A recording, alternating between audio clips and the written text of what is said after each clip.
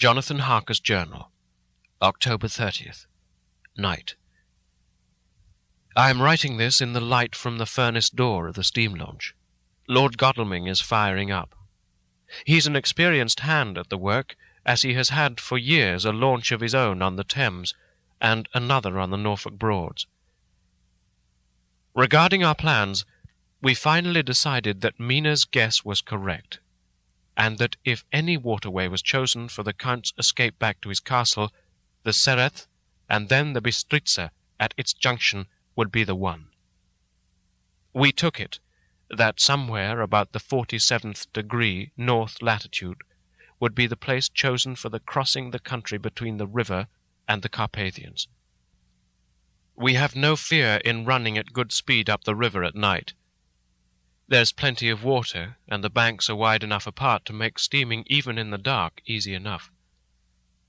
Lord Godalming tells me to sleep for a while, as it's enough for the present for one to be on watch. But I can't sleep. How can I, with the terrible danger hanging over my darling, and her going out into that awful place? My only comfort is that we are in the hands of God. Only for that faith it would be easier to die than to live, and so be quit of all the trouble. Mr. Morris and Dr. Seward were off on their long ride before we started. They are to keep up the right bank, far enough off to get on higher lands where they can see a good stretch of river and avoid the following of its curves. They have, for the first stages, 2 men to ride and lead their spare horses, 4 in all, so as not to excite curiosity. When they dismiss the men, which shall be shortly, they shall themselves look after the horses. It may be necessary for us to join forces. If so, they can mount our whole party. One of the saddles has a movable horn, and can be easily adapted for Mina if required. It's a wild adventure we are on. Here, as we are rushing along through the darkness, with the cold from the river seeming to rise up and strike us, with all the mysterious voices of the night around us, it all comes home. We seem to be drifting into unknown places and unknown ways, into a whole world of dark and dreadful things. Godalming is shutting the furnace door.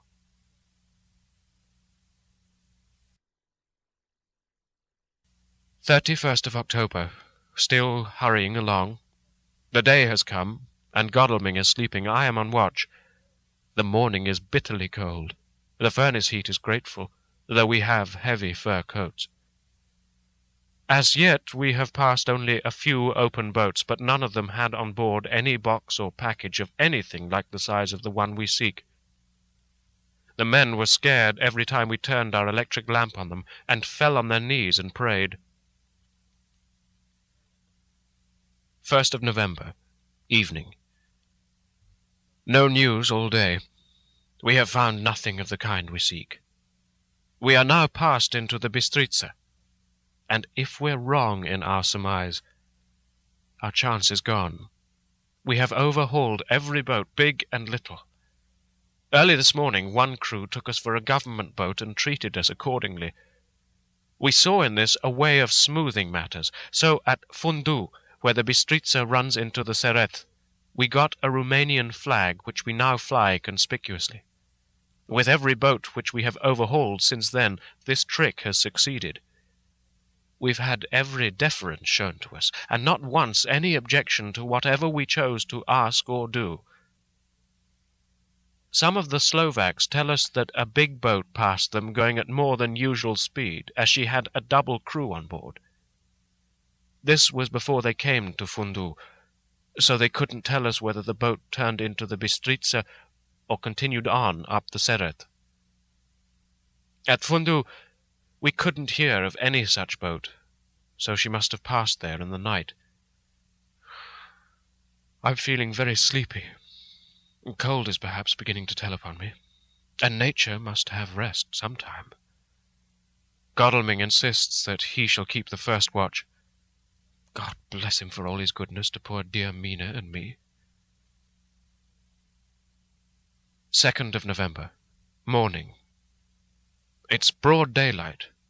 That good fellow wouldn't wake me. He says it would have been a sin to, for I slept peacefully and was forgetting my trouble. It seems brutally selfish to me to have slept so long and let him watch all night. But he was quite right. I am a new man this morning, and as I sit here and watch him sleeping, I can do all that's necessary, both as to minding the engines, steering, and keeping watch. I can feel that my strength and energy are coming back to me. I wonder where Mina is now, and Van Helsing. They should have got to Veresti about noon on Wednesday. It would take them some time to get the carriage and horses. So if they'd started and travelled hard, they would be about now at the Borgo Pass. God guide and help them. I'm afraid to think what may happen. If we could only go faster! But we can't. The engines are throbbing and doing their utmost. I wonder how Dr. Seward and Mr. Morris are getting on. There seem to be endless streams running down the mountains into this river, but as none of them are very large, at present at all events, though they are terrible doubtless in winter and when the snow melts, the horsemen may not have met much obstruction. I hope that before we get to Strasbourg we may see them, for if by that time we haven't overtaken the Count, it may be necessary to take counsel together what to do next.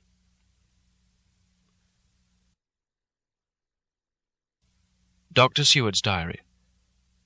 2nd of November. 3 days on the road, no news, and no time to write if there had been, for every moment is precious. We have had only the rest needful for the horses, but we're both bearing it wonderfully.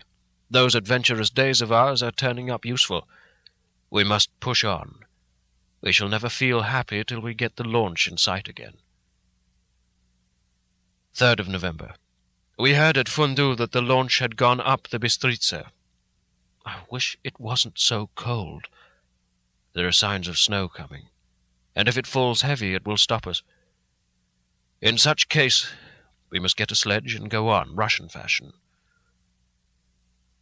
4th of November. Today we heard of the launch having been detained by an accident when trying to force a way up the rapids. The Slovak boats get up all right by aid of a rope and steering with knowledge.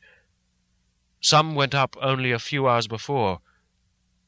Godalming is an amateur fitter himself, and evidently it was he who put the launch in trim again.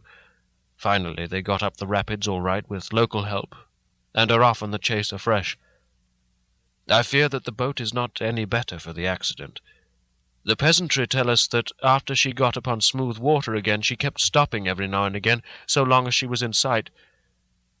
We must push on harder than ever. Our help may be wanted soon. Mina Harker's Journal.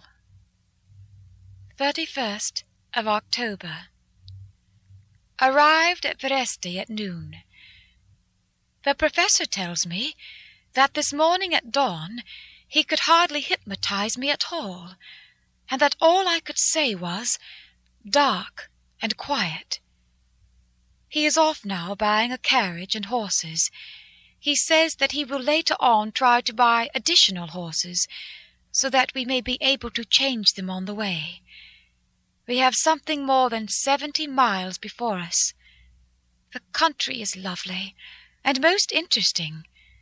If only we were under different conditions, how delightful it would be to see it all.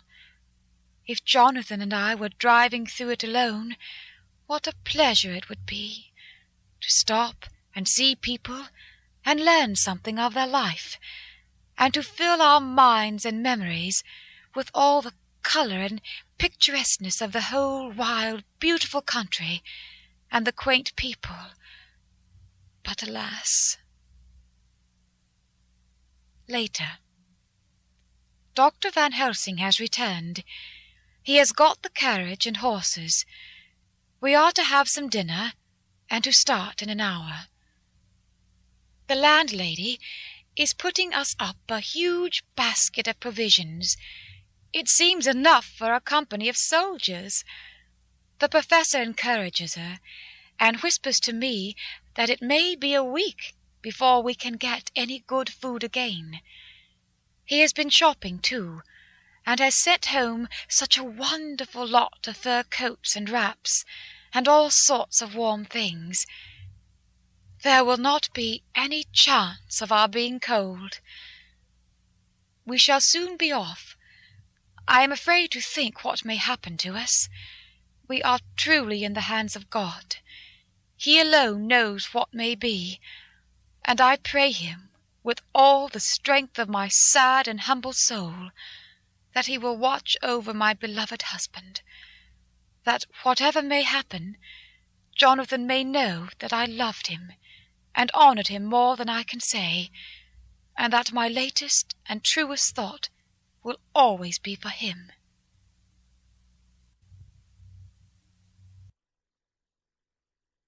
Chapter 27. Mina Harker's Journal. 1st of November. All day long we have travelled, and at good speed. The horses seem to know that they are being kindly treated, for they go willingly their full stage at best speed.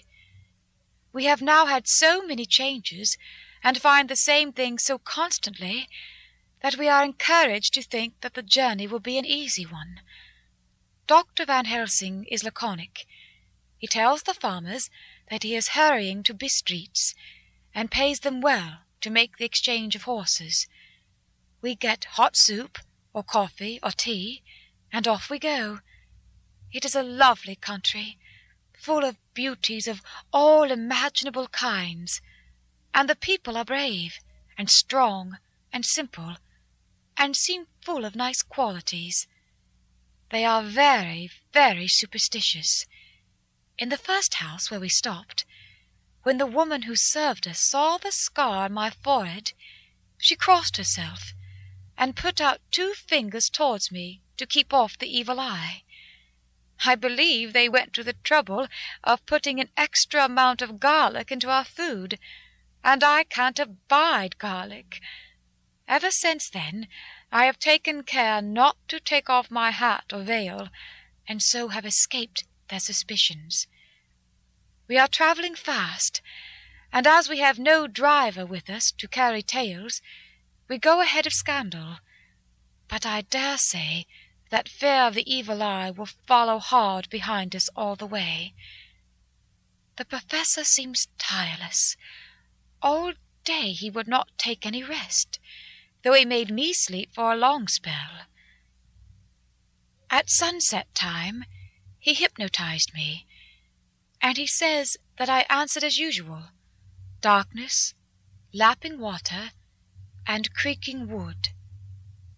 So our enemy is still on the river. I am afraid to think of Jonathan, but somehow I have now no fear for him, or for myself. I write this whilst we wait in a farmhouse for the horses to be got ready. Dr. Van Helsing is sleeping. Poor dear, he looks very tired and old and grey, but his mouth is set as firmly as a conqueror's. Even in his sleep he is instinct with resolution. When we have well started, I must make him rest whilst I drive. I shall tell him that we have days before us, and he must not break down when most of all his strength will be needed. All is ready. We are off shortly. 2nd of November, morning. I was successful, and we took turns driving all night. Now the day is on us, bright though cold. There is a strange heaviness in the air. I say heaviness for want of a better word. I mean that it oppresses us both. It is very cold, and only our warm furs keep us comfortable. At dawn, Van Helsing hypnotized me. He says I answered darkness, creaking wood, and roaring water. So the river is changing as they ascend. I do hope that my darling will not run any chance of danger, more than need be. But we are in God's hands. 2nd of November, night. All day long driving. The country gets wilder as we go, and the great spurs of the Carpathians, which at Veresti seemed so far from us and so low on the horizon, now seem to gather round us and tower in front. We both seem in good spirits. I think we make an effort each to cheer the other. In the doing so, we cheer ourselves. Dr. Van Helsing says that by morning we shall reach the Borgo Pass. The houses are very few here now, and the professor says that the last horse we got will have to go on with us, as we may not be able to change. He got 2 in addition to the 2 we changed, so that now we have a rood 4 in hand. The dear horses are patient and good, and they give us no trouble. We are not worried with other travellers, and so even I can drive. We shall get to the pass in daylight. We do not want to arrive before, so we shall take it easy, and have each a long rest in turn. Oh, what will tomorrow bring to us? We go to seek the place where my poor darling suffered so much. God grant that we may be guided aright, and that he will deign to watch over my husband and those dear to us both, and who are in such deadly peril. As for me, I am not worthy in his sight. Alas, I am unclean to his eyes, and shall be until he may deign to let me stand forth in his sight, as one of those who have not incurred his wrath.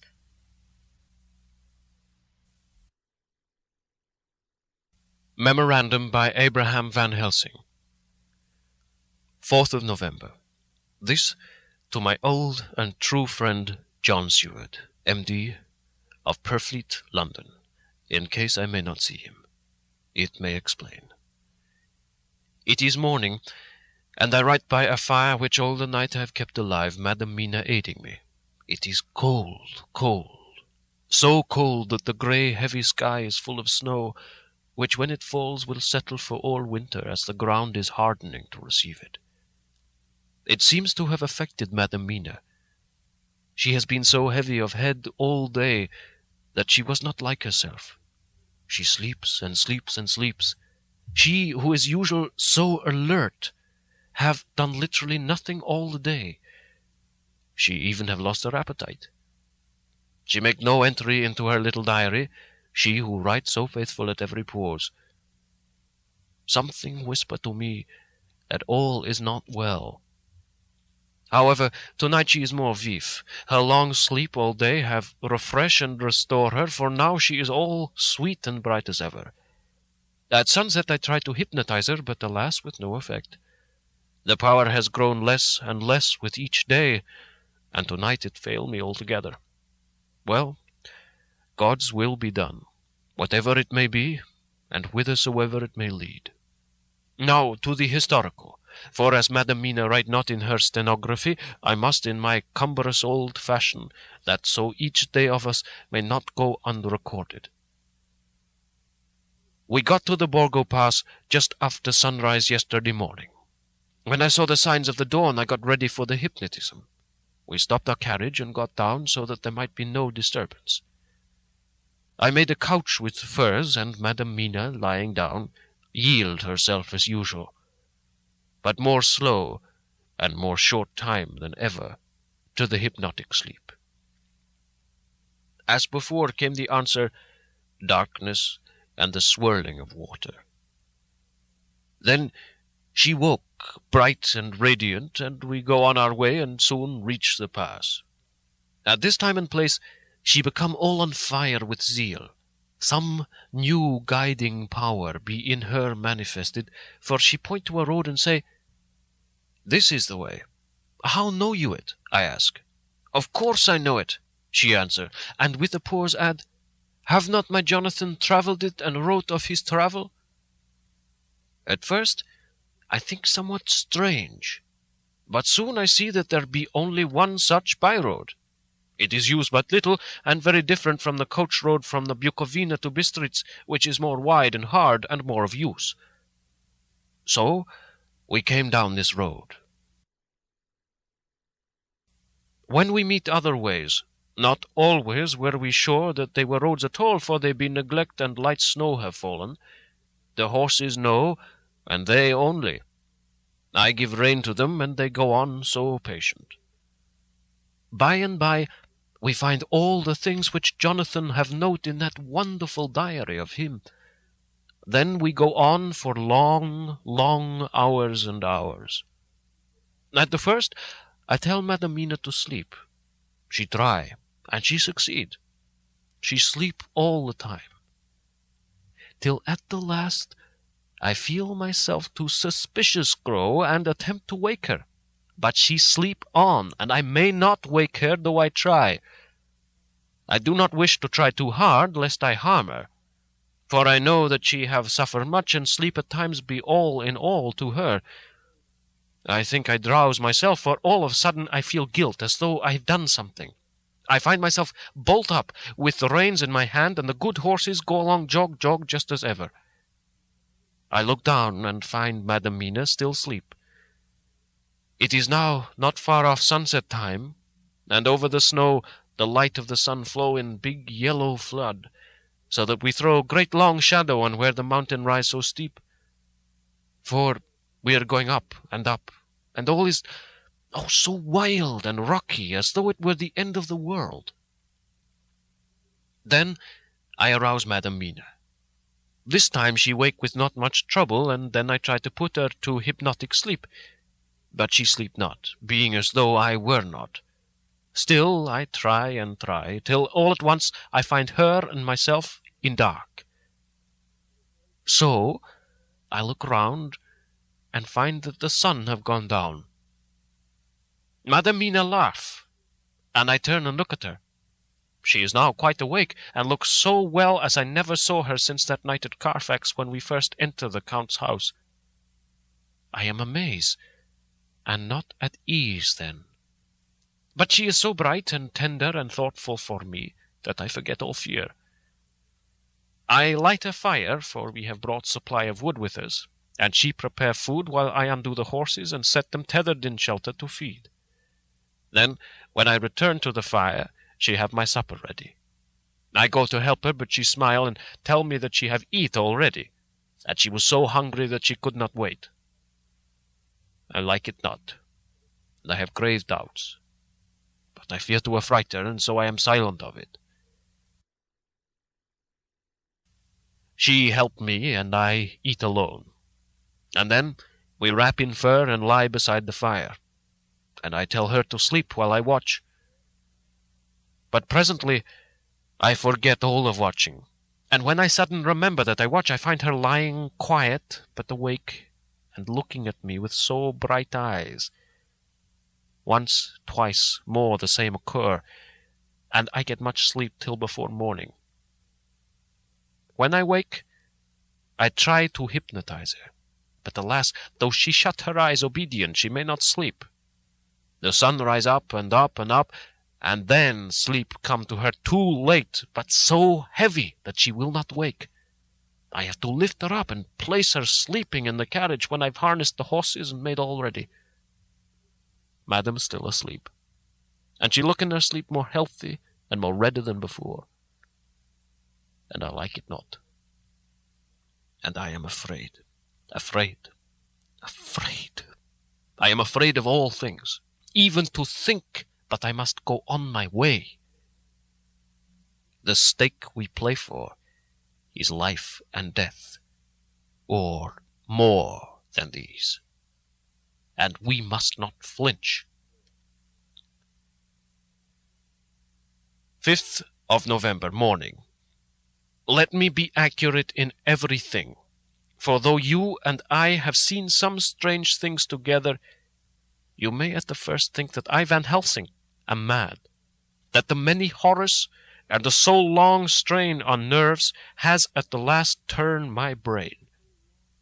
All yesterday we travel, ever getting closer to the mountains and moving into a more and more wild and desert land. There are great frowning precipices and much falling water, and nature seemed to have held sometime her carnival. Madam Mina still sleep and sleep, and though I did have hunger and appeased it, I could not waken her even for food. I began to fear that the fatal spell of the place was upon her, tainted as she is with that vampire baptism. Well, said I to myself, if it be that she sleep all the day, it shall also be that I do not sleep at night. As we travel on the rough road, for a road of an ancient and imperfect kind there was, I held down my head and slept. Again I waked with a sense of guilt and of time past, and found Madam Mina still sleeping, and the sun low down. But all was indeed changed. The frowning mountain seemed further away, and we were near the top of a steep rising hill, on summit of which was such a castle as Jonathan tell of in his diary. I at once exulted and feared. For now, for good or ill, the end was near. I woke Madam Mina, and again tried to hypnotize her, but alas, unavailing till too late. Then, ere the great dark came upon us, for even after downsun the heavens reflected the gone sun on the snow, and all was for a time in a great twilight, I took out the horses and fed them in what shelter I could. Then I make a fire, and near it I make Madam Mina, now awake and more charming than ever, sit comfortable amid the rugs. I got ready food, but she would not eat, simply saying that she had not hunger. I did not press her, knowing her unavailingness. But I myself eat, for I must needs now be strong for all. Then, with the fear on me of what might be, I drew a ring so big for her comfort round where Madam Mina sit, and over the ring I passed some of the wafer, and I broke it fine, so that all was well guarded. She sat still all the time, so still as one dead, and she grew whiter and ever whiter, till the snow was not more pale, and no word she said. But when I drew near, she clung to me, and I could know that the poor soul shook her from head to feet with a tremor that was pain to feel.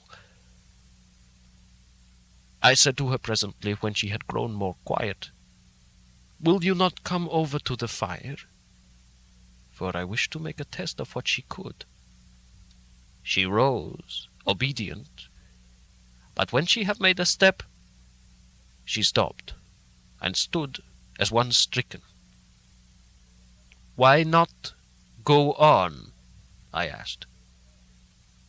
She shook her head, and coming back, sat down in her place.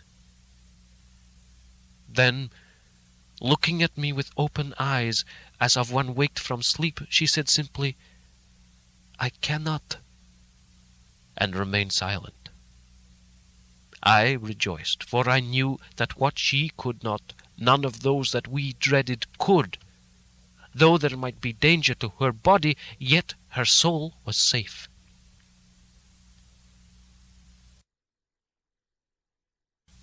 Presently the horses began to scream, and tore at their terrors, till I came to them and quieted them. When they did feel my hands on them, they whinnied low as in joy, and licked at my hands, and were quiet for a time. Many times through the night did I come to them, till it arrived to the cold hour when all nature is at lowest, and every time my coming was with quiet of them. In the cold hour The fire began to die, and I was about stepping forth to replenish it, for now the snow came in flying sweeps, and with it a chill mist. Even in the dark there was a light of some kind, as there ever is over snow, and it seemed as though the snow flurries and the wreaths of mist took shape as of women with trailing garments. All was in dead grim silence, only that the horses whinnied and cowered, as if in terror of the worst. I began to fear, horrible fears. And then came to me the sense of safety in that ring wherein I stood. I began too to think that my imaginings were of the night, and the gloom and the unrest that I have gone through, and all the terrible anxiety. It was as though my memories of all Jonathan's horrid experience were befooling me, for the snowflakes and the mist began to wheel and circle around, till I could get as though a shadowy glimpse of those women that would have kissed him. And then the horses cowered lower and lower and moaned in terror as men do in pain. Even the madness of fright was not to them, so that they could break away. I feared for Madam Mina when these weird figures drew near and circled around. I looked at her, but she sat calm and smiled at me. When I would have stepped to the fire to replenish it, she caught me and held me back and whispered like a voice that one hears in a dream, so low it was, "No, no, do not go without here, you are safe." I turned to her, and looking in her eyes said, "But you, it is for you that I fear." Whereat she laughed, a laugh low and unreal, and said, "Fear for me? Why fear for me? None safer in all the world from them than I am." And as I wondered at the meaning of her words, a puff of wind made the flame leap up, and I see the red scar on her forehead. Then, alas, I knew. Did I not, I would soon have learned, for the wheeling figures of mist and snow came closer, but keeping ever without the holy circle. Then they began to materialize, till if God have not taken away my reason, for I saw it through my eyes, there were before me in actual flesh the same 3 women that Jonathan saw in the room when they would have kissed his throat.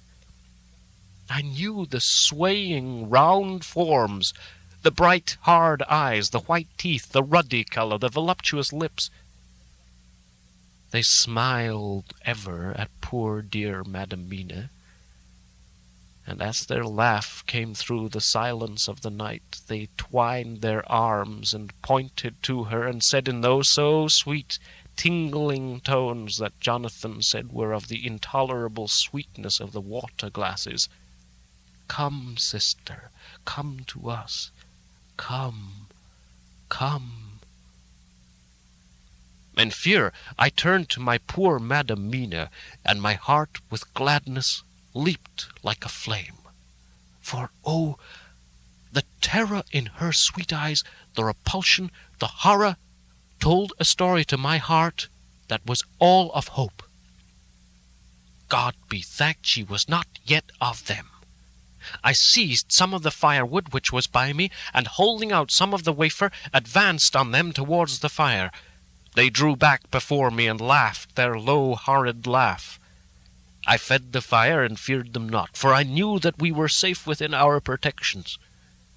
They could not approach me whilst so armed, nor Madam Mina whilst she remained within the ring, which she could not leave no more than they could enter. The horses had ceased to moan and lay still on the ground. The snow fell on them softly, and they grew whiter. I knew that there was for the poor beasts no more of terror. And so we remained, till the red of the dawn to fall through the snow gloom. I was desolate and afraid and full of woe and terror. But when that beautiful sun began to climb the horizon, life was to me again. At the first coming of the dawn, the horrid figures melted in the whirling mist and snow. The wreaths of transparent gloom moved away towards the castle and were lost. Instinctively, with the dawn coming, I turned to Madam Mina, intending to hypnotize her. But she lay in a deep and sudden sleep, from which I could not wake her. I tried to hypnotize through her sleep, but she made no response, none at all. And the day broke. I fear yet to stir. I have made my fire, and have seen the horses. They are all dead. Today I have much to do here, and I keep waiting till the sun is up high, for there may be places where I must go, where that sunlight, though snow and mist obscure it, will be to me a safety. I will strengthen me with breakfast, and then I will to my terrible work. Madam Mina still sleeps, and God be thanked she is calm in her sleep. Jonathan Harker's Journal. 4th of November, evening. The accident to the launch has been a terrible thing for us. Only for it we should have overtaken the boat long ago, and by now my dear Mina would have been free. I fear to think of her, off on the wolds near that horrid place. We have got horses, and we follow on the track. I note this whilst Godalming is getting ready. We have our arms. The Tsigani must look out if they mean to fight. Oh, if only Morris and Seward were with us. We must only hope. If I write no more, goodbye, Mina. God bless and keep you. Dr. Seward's Diary. 5th of November. With the dawn, we saw the body of the Tsigani before us dashing away from the river with their lighter wagon. They surrounded it in a cluster and hurried along as though beset. The snow is falling lightly, and there is a strange excitement in the air. It may be our own feelings, but the depression is strange. Far off I hear the howling of wolves. The snow brings them down from the mountains, and there are dangers to all of us, and from all sides. The horses are nearly ready, and we are soon off. We ride to death of someone. God alone knows who, or where, or what, or when, or how it may be.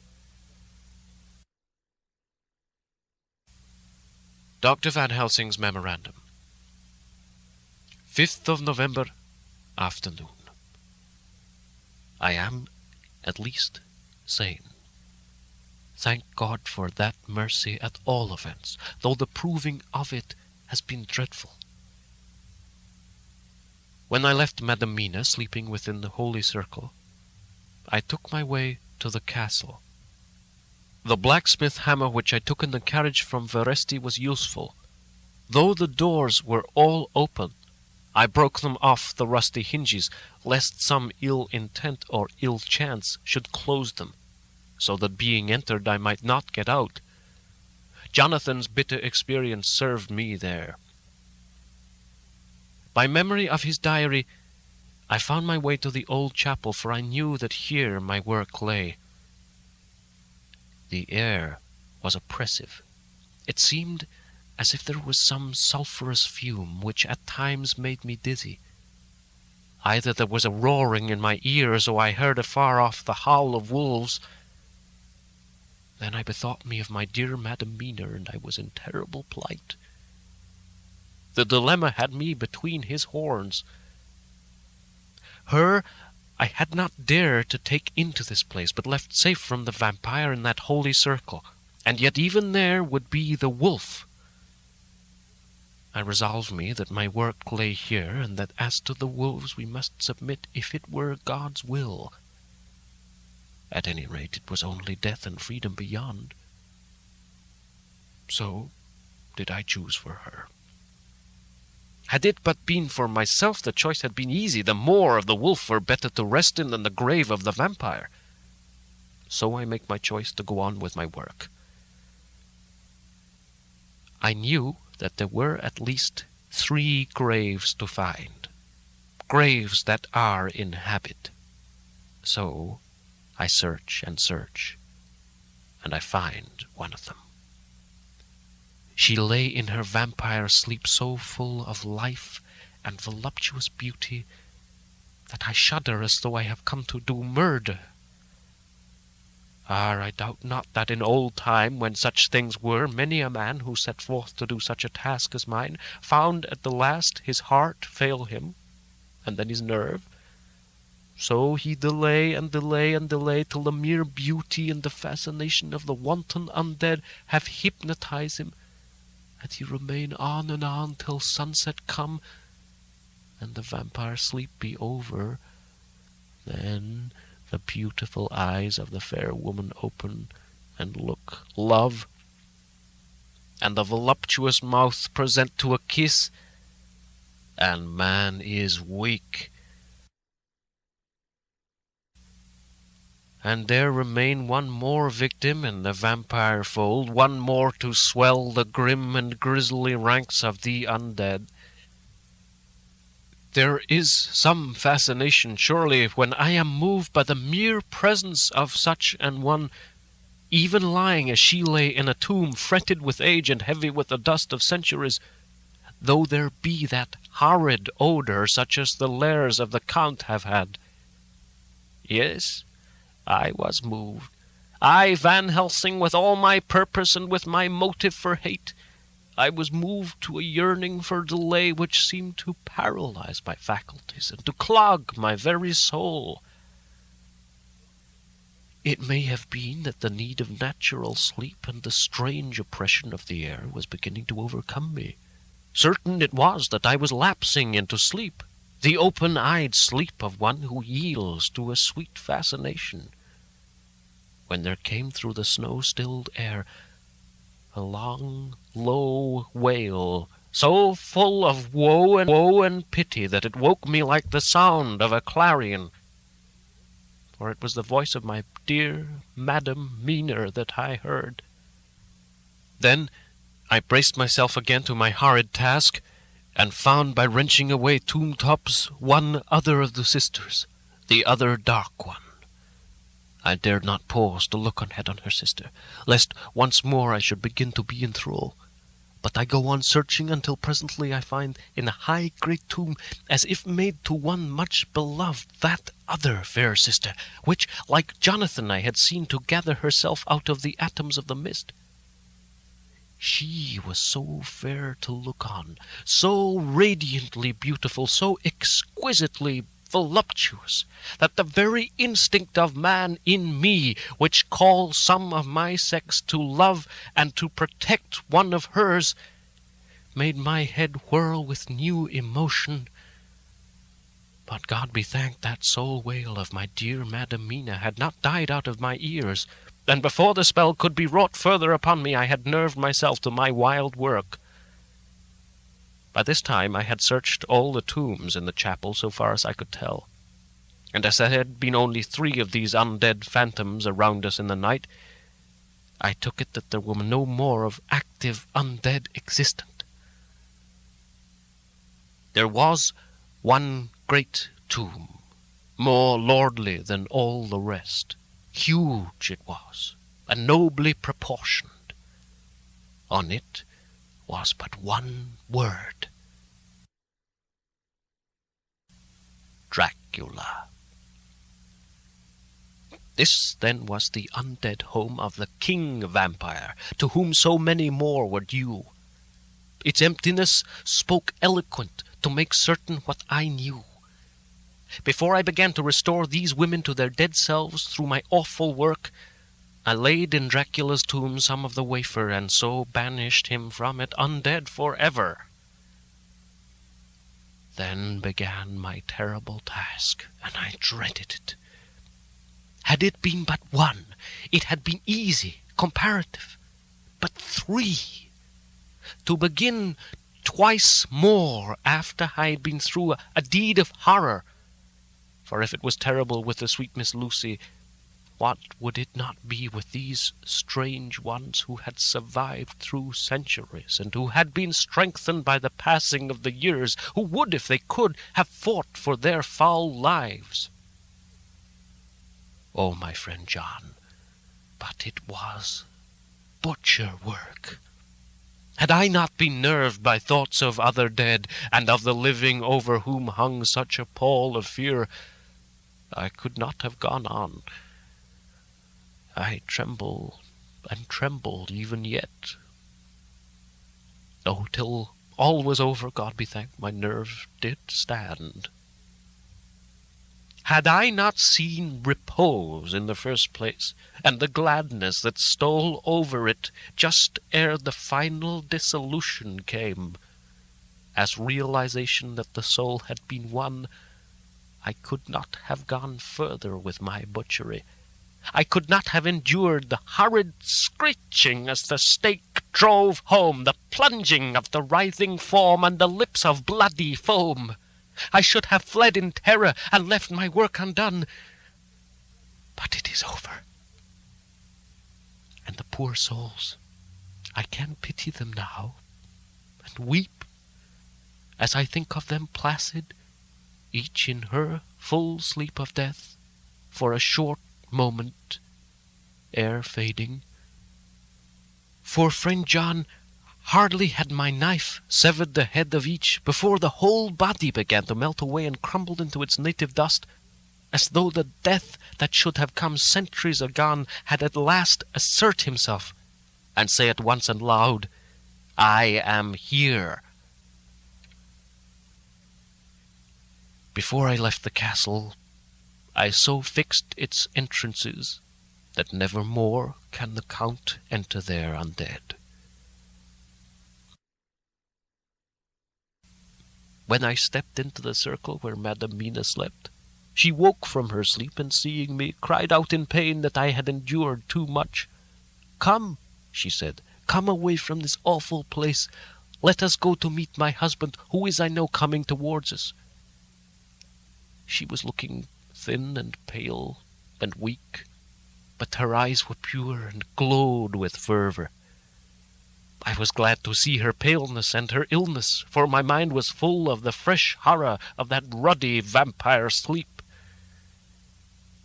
And so, with trust and hope, and yet full of fear, we go eastward to meet our friends, and him, whom Madam Mina tell me that she know are coming to meet us. Mina Harker's Journal, 6th of November. It was late in the afternoon when the Professor and I took our way towards the east, whence I knew Jonathan was coming. We did not go fast, though the way was steeply downhill, for we had to take heavy rugs and wraps with us. We dared not face the possibility of being left without warmth in the cold and the snow. We had to take some of our provisions, too, for we were in a perfect desolation, and so far as we could see through the snowfall, there was not even the sign of habitation. When we had gone about a mile, I was tired with the heavy walking, and sat down to rest. Then we looked back, and saw where the clear line of Dracula's castle cut the sky. For we were so deep under the hill whereon it was set, that the angle of perspective of the Carpathian mountains was far below it.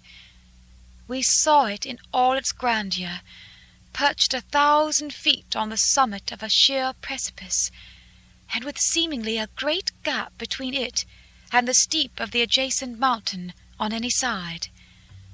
There was something wild and uncanny about the place. We could hear the distant howling of wolves. They were far off, but the sound, even though coming muffled through the deadening snowfall, was full of terror. I knew from the way Dr. Van Helsing was searching about that he was trying to seek some strategic point where we would be less exposed in case of attack. The rough roadway still led downwards. We could trace it through the drifted snow. In a little while the professor signalled to me, so I got up and joined him. He had found a wonderful spot, a sort of natural hollow in a rock, with an entrance like a doorway between two boulders. He took me by the hand and drew me in. "See," he said, "here you will be in shelter, and if the wolves do come, I can meet them one by one." He brought in our furs and made a snug nest for me, and got out some provisions and forced them upon me. But I could not eat. To even try to do so was repulsive to me, and much as I would have liked to please him, I could not bring myself to the attempt. He looked very sad, but did not reproach me. Taking his field glasses from the case, he stood on the top of the rock and began to search the horizon. Suddenly he called out, "Look, Madam Mina, look, look!" I sprang up and stood beside him on the rock. He handed me his glasses and pointed. The snow was now falling more heavily, and swirled about fiercely, for a high wind was beginning to blow. However, there were times when there were pauses between the snow flurries, and I could see a long way round. From the height where we were, it was possible to see a great distance, and far off, beyond the white waste of snow, I could see the river lying like a black ribbon in kinks and curls as it wound its way. Straight in front of us, and not far off, in fact so near that I wondered we had not noticed before, came a group of mounted men hurrying along. In the midst of them was a cart, a long lighter wagon, which swept from side to side, like a dog's tail wagging, with each stern inequality of the road. Outlined against the snow as they were, I could see from the men's clothes that they were peasants or gypsies of some kind. On the cart was a great square chest. My heart leaped as I saw it, for I felt that the end was coming. The evening was now drawing close, and well I knew that at sunset the thing which was till then imprisoned there would take new freedom, and could in any of many forms elude pursuit. In fear I turned to the professor. To my consternation, however, he was not there. An instant later I saw him below me. Round the rock he had drawn a circle, such as we had found shelter in last night. When he had completed it, he stood beside me, saying, "At least you shall be safe here from him." He took the glasses from me, and at the next lull of the snow swept the whole space below us. "See," he said, "they come quickly. They are flogging the horses and galloping as hard as they can." He paused and went on in a hollow voice, "They are racing for the sunset. We may be too late. God's will be done." Down came another blinding rush of driving snow, and the whole landscape was blotted out. It soon passed, however, and once more his glasses were fixed on the plain. Then came a sudden cry. "Look! Look! Look! See, 2 horsemen follow fast, coming up from the south. It must be Quincy and John. Take the glass. Look before the snow blots it all out." I took it and looked. The 2 men might be Dr. Seward and Mr. Morris. I knew that at all events that neither of them was Jonathan. At the same time I knew that Jonathan was not far off. Looking around, I saw on the north side of the coming party 2 other men, riding at breakneck speed. One of them I knew was Jonathan, and the other I took, of course, to be Lord Godalming. They too were pursuing the party with the cart. When I told the Professor, he shouted in glee like a schoolboy, and after looking intently till a snowfall made sight impossible, he laid his Winchester rifle ready for use against the boulder at the opening of our shelter. "They are all converging," he said. "When the time comes, we shall have gypsies on all sides." I got out my revolver, ready to hand, for whilst we were speaking, the howling of wolves came louder and closer. When the snowstorm abated a moment, we looked again. It was strange to see the snow falling in such heavy flakes close to us, and beyond, the sun shining more and more brightly as it sank down towards the far mountain tops. Sweeping the glass all around us, I could see here and there dots moving singly and in twos and threes and larger numbers. The wolves were gathering for their prey. Every instant seemed an age whilst we waited. The wind came now in fierce bursts, and the snow was driven with fury as it swept upon us in circling eddies. At times we could not see an arm's length before us, but at others, as the hollow-sounding wind swept by us, it seemed to clear the air-space around us, so that we could see afar off. We had of late been so accustomed to watch for sunrise and sunset that we knew with fair accuracy when it would be, and we knew that before long the sun would set. It was hard to believe that by our watches it was less than an hour that we waited in that rocky shelter before the various bodies began to converge close upon us. The wind came now with fiercer and more bitter sweeps, and more steadily from the north. It seemingly had driven the snow clouds from us, for with only occasional bursts the snow fell. We could distinguish clearly the individuals of each party, the pursued and the pursuers. Strangely enough, those pursued did not seem to realize, or at least to care, that they were pursued. They seemed, however, to hasten with redoubled speed as the sun dropped lower and lower on the mountain tops. Closer and closer they drew. The Professor and I crouched down below our rock, and held our weapons ready. I could see that he was determined that they should not pass. One and all were quite unaware of our presence. All at once, two voices shouted out to halt. One was my Jonathan's, raised in a high key of passion. The other, Mr. Morris's strong, resolute tone of quiet command. The gypsies may not have known the language, but there was no mistaking the tone, in whatever tongue the words were spoken.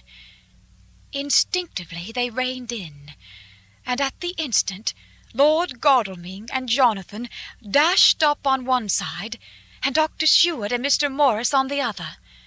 The leader of the gypsies, a splendid-looking fellow who set his horse like a centaur, waved them back, and in a fierce voice gave to his companions some word to proceed. They lashed the horses, which sprang forward, but the four men raised their Winchester rifles, and in an unmistakable way commanded them to stop. At the same moment Dr. Van Helsing and I rose behind the rock and pointed our weapons at them. Seeing that they were surrounded, the men tightened their reins and drew up. The leader turned to them and gave a word at which every man of the gypsy party drew what weapon he carried, knife or pistol, and held himself in readiness to attack. Issue was joined in an instant. The leader, with a quick movement of his rein, threw his horse out in front, and pointing first to the sun, now close down on the hilltops, and then to the castle, said something which I did not understand. For answer, all 4 men of our party threw themselves from their horses and dashed towards the cart. I should have felt terrible fear at seeing Jonathan in such danger, but that the ardour of battle must have been upon me as well as the rest of them. I felt no fear, but only a wild, surging desire to do something. Seeing the quick movement of our parties, the leader of the gypsies gave a command. His men instantly formed round the cart in a sort of undisciplined endeavour, each one shouldering and pushing the other in his eagerness to carry out the order. In the midst of this, I could see that Jonathan on one side of the ring of men, and Quincy on the other, were forcing a way to the cart. It was evident that they were bent on finishing their task before the sun should set. Nothing seemed to stop or even to hinder them.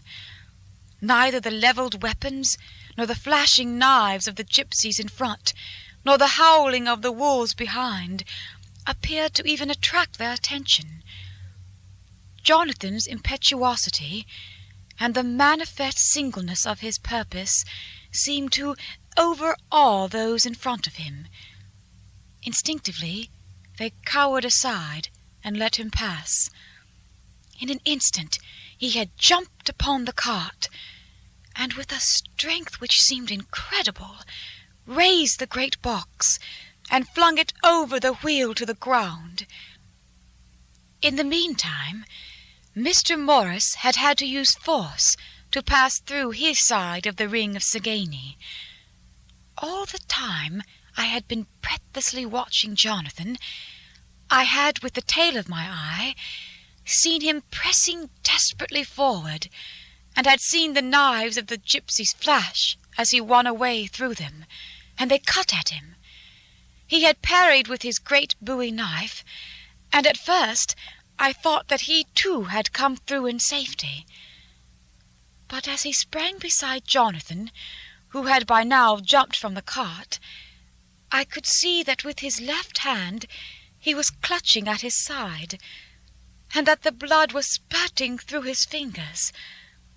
He did not delay, notwithstanding this, for as Jonathan, with desperate energy, attacked one end of the chest, attempting to prise off the lid with his great Kirky knife, he attacked the other frantically with his bowie. Under the efforts of both men, the lid began to yield. The nails drew with a quick, screeching sound, and the top of the box was thrown back. By this time, the gypsies, seeing themselves covered by the Winchesters, and at the mercy of Lord Godalming and Dr. Seward, had given in, and made no further resistance. The sun was almost down on the mountain tops, and the shadows of the whole group fell upon the snow. I saw the Count lying within the box upon the earth, some of which the rude falling from the cart had scattered over him. He was deathly pale, just like a waxen image, and the red eyes glared with the horrible vindictive look which I knew too well. As I looked, the eyes saw the sinking sun, and the look of hate in them turned to triumph. But on the instant came the sweep and flash of Jonathan's great knife. I shrieked as I saw it shear through the throat, whilst at the same moment Mr. Morris's bowie knife plunged into the heart. It was like a miracle, but before our very eyes, and almost in the drawing of a breath, the whole body crumbled into dust, and passed from our sight. I shall be glad as long as I live that even in that moment of final dissolution there was in the face a look of peace, such as I never could have imagined might have rested there. The castle of Dracula now stood out against the red sky, and every stone of its broken battlements was articulated against the light of the setting sun. The gypsies, taking us in some way the cause of the extraordinary disappearance of the dead men, turned, without a word, and rode away as if for their lives. Those who were unmounted jumped upon their lighter wagon, and shouted to the horsemen not to desert them. The wolves, which had withdrawn to a safe distance, followed in their wake, leaving us alone. Mr. Morris, who had sunk to the ground, leaned on his elbow, holding his hand pressed to his side. The blood still gushed through his fingers. I flew to him, for the holy circle did not keep me back. So did the two doctors. Jonathan knelt behind him, and the wounded man laid back his head on his shoulder. With a sigh, he took, with a feeble effort, my hand in that of his own, which was unstained. He must have seen the anguish of my heart in my face, for he smiled at me and said, "I am only too happy to have been of any service. Oh, God," he cried suddenly, struggling up to a sitting posture and pointing to me, "it was worth for this to die. Look, look." The sun was right down behind the mountain top, and the red gleams fell upon my face, so that it was bathed in rosy light.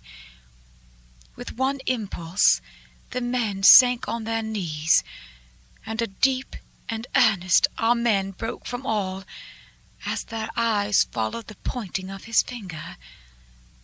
The dying man spoke. "Now God be thanked that all has not been in vain. See, the snow is not more stainless than her forehead. The curse has passed away." And to our bitter grief, with a smile and in silence, he died, a gallant gentleman.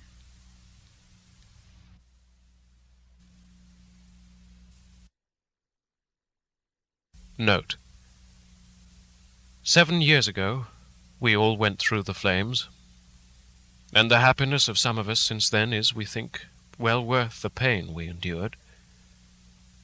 It's an added joy to Mina and to me that our boy's birthday is the same day as that on which Quincy Morris died. His mother holds, I know, the secret belief that some of our brave friend's spirit has passed into him. His bundle of names links all our little band of men together, but we call him Quincy. In the summer of this year we made a journey to Transylvania, and went over the old ground, which was and is, to us, so full of vivid and terrible memories. It was almost impossible to believe that the things which we'd seen with our own eyes and heard with our own ears were living truths. Every trace of all that had been was blotted out. The castle stood as before, reared high above a waste of desolation. When we got home, we were talking of the old time, which we could all look back on without despair, for Godalming and Seward are both happily married. I took the papers from the safe, where they had been ever since our return so long ago. We were struck with the fact that in all the mass of material of which the record is composed, there is hardly one authentic document. Nothing but a mass of typewriting, except the later notebooks of Mina and Seward and myself, and Van Helsing's memorandum. We could hardly ask anyone, even did we wish to accept these as proofs of so wild a story.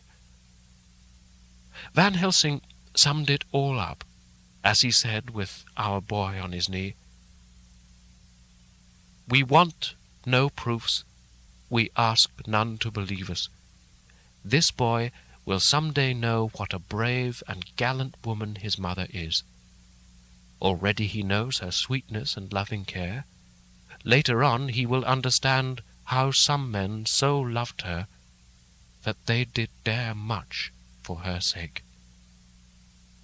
Jonathan Harker.